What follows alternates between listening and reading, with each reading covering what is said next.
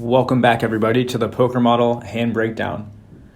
I have a good example today of a situation where your stack size and your opponent's stack size can dictate the move you're going to make according to the poker model.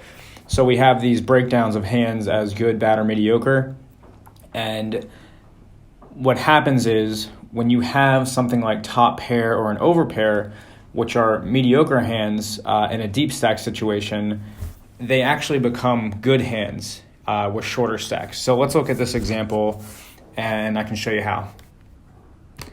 I have 24,000 chips. I'm holding 10-8 of clubs. Blinds are 200, 400. So I have 60 big blinds. And the action folds around to me. And right out of the gate, I know if I have over 20 big blinds with two cards over 7, I'm going to make a min raise. So that's what I do. I min raise to 800. And the action folds to the big blind who calls.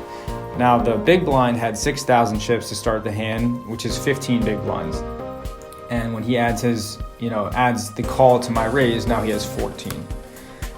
So the big blind has a short stack. The flop comes 10-4-2, rainbow, and my opponent checks.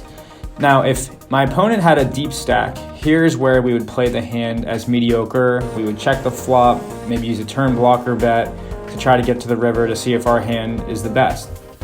But when our opponent has less than 20 big blinds, or what we call a short stack, top pair becomes a good hand, a hand that we want to get all in, a hand that we're going to bet in hopes that he pushes all his chips in.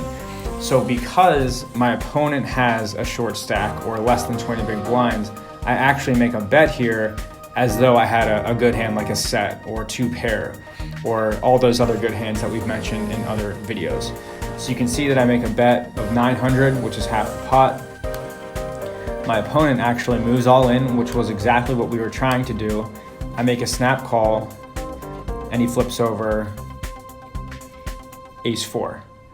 So right out of the gate, I'm in a dominating position here. You can see that because my opponent had a shorter stack with less chips, he was willing to move all in with a worse hand, which is why my top pair is dominating. And as you can see, the cards run out and I win a nice pot.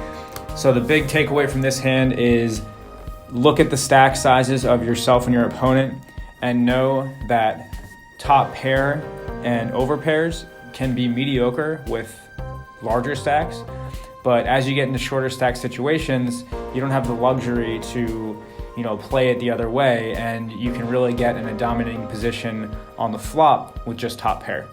So again, comment, let us know what you think. Hope this was helpful today, and we'll see you on the next.